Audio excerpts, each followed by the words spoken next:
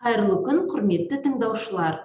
Бүгін сіздермен бірге болатын мен Алматы облысы тіл оқу әдістемелік орталығы Қарасай аудандық филиалының оқытушысы Фатима Төлегенқызы Сағымбекова. Бүгінгі сабағымыздың тақырыбы отбасының жағдайы, қызығушылығы. Грамматикалық тақырып нақ осы шақ, болымсыз түрі. Жаңа сөздермен таныс болыңыздар. Сынып, тұру, сурет, бауырмал, кенже, аға, туған. Жаңа сөздерді дәптерлеріңізге жазып, жаттап алыңыздар.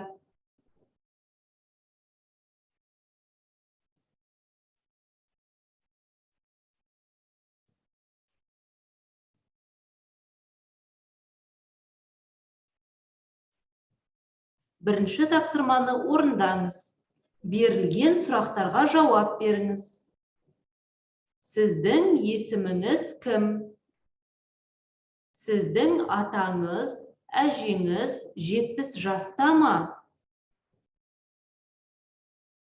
Сіздің күйеуіңіз, әйеліңіз, досыңыз, құрбыңыздың жасы нешеде? Сіздің неше ағаңыз, ініңіз, қарындасыңыз, сіңліңіз бар? Сіздің отбасыңызда отау иесі кім? Кімдер? Қара шаңырақ иесі ше? Сіз отбасында кенже баласыз ба?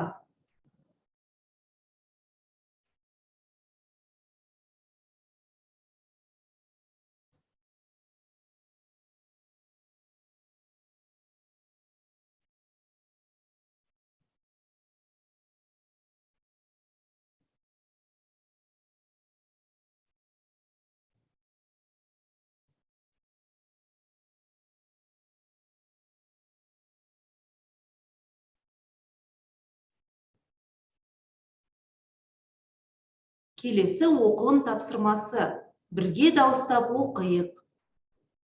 Менің отбасым үлкен. Әкем мен анам Ұзынағаш ауылында тұрады. Әкем Нұрмұхамед Сырымұлы 60 жаста. Анамның есімі Ұлжан. Ол кісі 50 жаста. Ағам Талғат Нұрсұлтан қаласының әкімдігінде жұмыс істейді. Әйелінің аты Айғаным. Бір қызы, 2 ұлы бар. Қызының аты Айгүл. Үлкен ұлы Әлібек 7 жаста. Аламіржан 3 жаста. Әлібек 1-ші сыныптан 2-ші сыныпқа көшті. Әкем Талғатты отау иесі деп атайды. Інім есімі Қайрат, 15 жаста.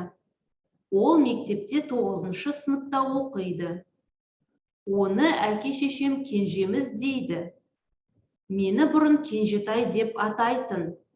Бірақ інім туғаннан бері олай атамайды.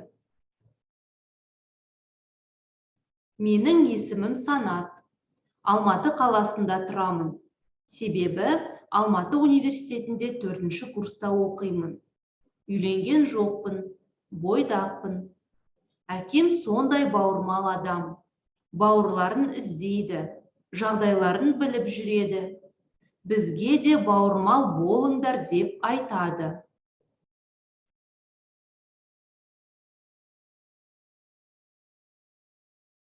Оқылым тапсырмасы бойынша сұрақтарға жауап беріңіз. Санаттың неше бауыры бар? Олардың есімдері кім? Оның әкесі 61 жаста ма?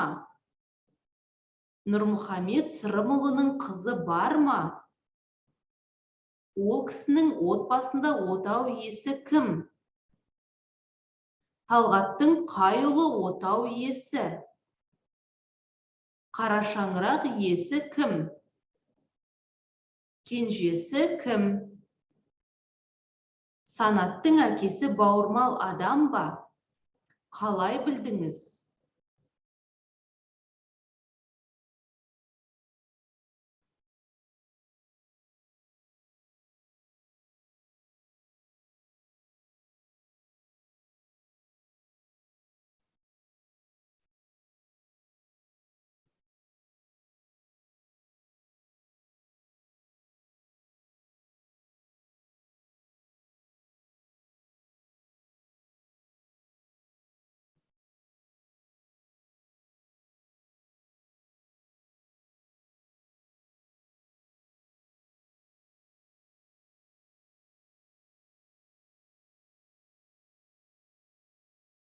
Тексеріңіз. Санаттың екі бауыры бар. Санаттың бауырлары Талғат және Қайрат. Санаттың әкесі 60 жаста. Нұрмұхамед Сырымұлының қызы жоқ. Талғат отау иесі.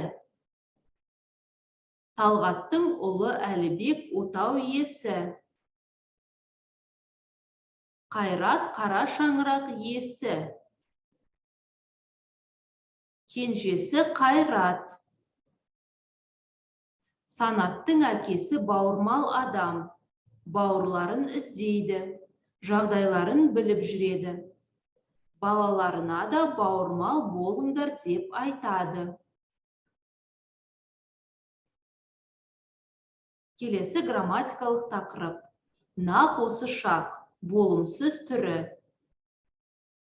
Нақ осы шақтың болымсыз түрі қалып етістіктердің есімше тұлғасына ған, ген, жоқ сөзінің тіркесу арқылы жасалады.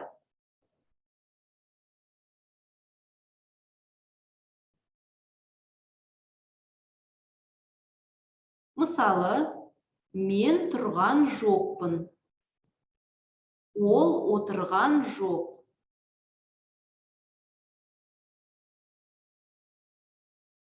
Грамматикалық тақырып бойынша тапсырма орындайық. Нақ осы шақтың болымсыз түрінде жазыңыз.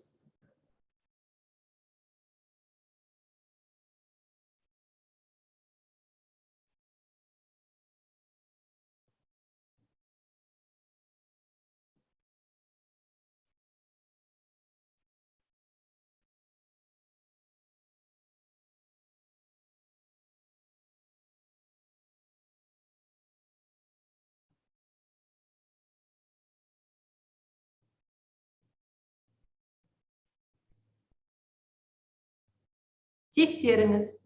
Мен тұрған жоқпын. Сен жүрген жоқсың. Сіз жатқан жоқсыз. Ол отырған жоқ. Біз отырған жоқпыз. Сендер жатқан жоқсыңдар. Сіздер жүрген жоқсыздар. Олар тұрған жоқ. Келесі тапсырма. Сурет бойынша сөйлем құраңыз.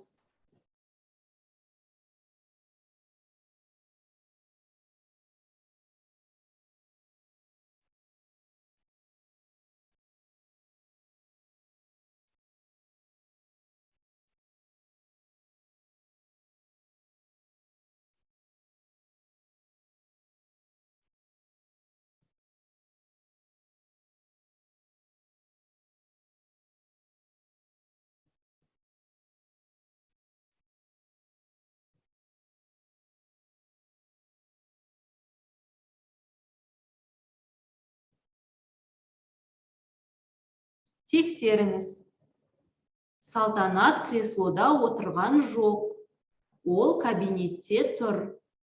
Санжар машинаның қасында тұрған жоқ. Ол машинаның ішінде отыр.